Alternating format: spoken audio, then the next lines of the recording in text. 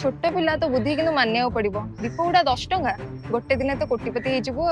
ठाकुर जगह लुटिबो बोली कोन एमती भगवान तते केमती सौचंदी के जानी दीप 5 टंका नौथुलो बढ़ी गेले 7 टंका नबो ता बोली कोन 10 टंका अरे 10 टंका हो कि 15 टंका जागर ना लोक तो नबा कथा नेबे कि लुटिया कथा लुटिबा ना जे पिला बेलू एमती लानी बड़ हेले कोन नब बापा घर वाला ट्रेनिंग नहीं के आइछु बुझिलु ए 5 टका लेखा दीप दबु ना तो फोटो उठे सोशल मीडिया रे छड़ा हबो मंदिर लुटुछु बोली आ परे मंदिर माटी मारी परिबु अरे ये कोन एका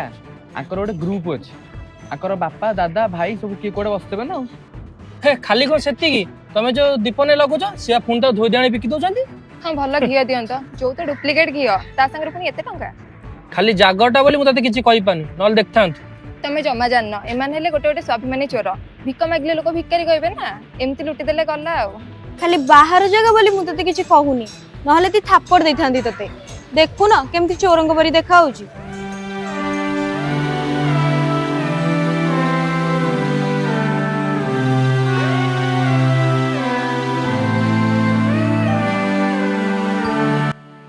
ए देशटा कोन आगे एमती एठी जे किछि न कहि परिबो लोक मान तक बहुत कथा कहिबे आपण एते समय लाने तक एते कथा कहउछन से किछि भी कहउनी कि प्रत्युत्तर दोउनी ता माने कोन आपण तक जहा मन ता कहिबे से जो दीपड़ा बिकुछ ता दामटा 10 टका ता घर लोक ता मालिक कि भी त कहि थाइ पारंती से आपण 5 टका केमति दबो से तो आपण को जबरदस्ती करनी आगे ताको दीप किणंतु बोली से बस ता दीप धरि की बसथि आपण इच्छा हले ता दीप किनि पारंती आपण इच्छा न हले न किनि पारंती आज्ञा ता बयस आपण को पिला माने को पार्क रे मजा मस्ती करथि आपण घर छोट छोट छुआ को मेला मकर बुलिया को जाउथिले কিন্তু তা অভাব না তাকে বাধ্য করিছি এই মন্দিরে দীপ ধরি বসে পাই আপন মানক দু চারি পদ শুনিয়া পাই যদি আপন মানক বলিয়া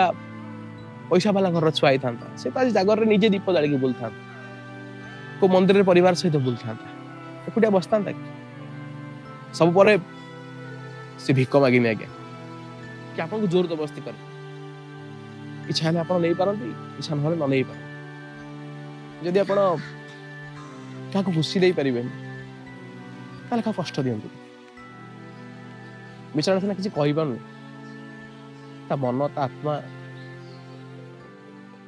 ভিতরু কান্দুথিব সে মন ভাবুথিব যদি মু গোটে ধনী ঘরের পিলা হইতান্তি তাহলে মতে কোন এমতি শুনিয়া পড়তান্তি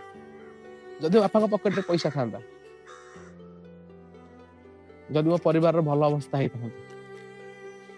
ତାହେଲେ ଏମିତି ପୂଜା ପାର୍ବଣ ଦିନରେ ଗୋଟେ ପଦା ଲୋକ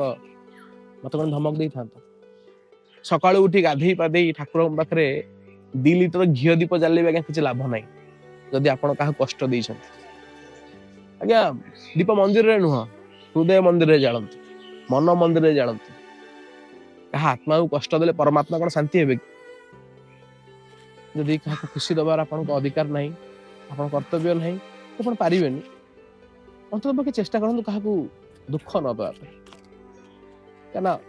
ପରିସ୍ଥିତି ସବୁବେଳେ ସମସ୍ତଙ୍କର ଆସିବ ଆଜି ତାର ଅଛି କାଲି ଆପଣଙ୍କର ବି ଆସିପାରେ ଯଦି ଭଲ ପରିସ୍ଥିତିରେ ଆପଣ କାହାକୁ କଷ୍ଟ ଦେଇଛନ୍ତି ତାହେଲେ ଆପଣ ଖରାପ ପରିସ୍ଥିତିରେ ଆପଣ କଷ୍ଟ ସହିବାକୁ ପ୍ରସ୍ତୁତ ହେଇ ରହିବା ଦରକାର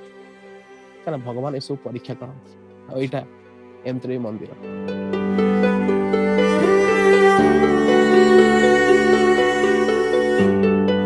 लुह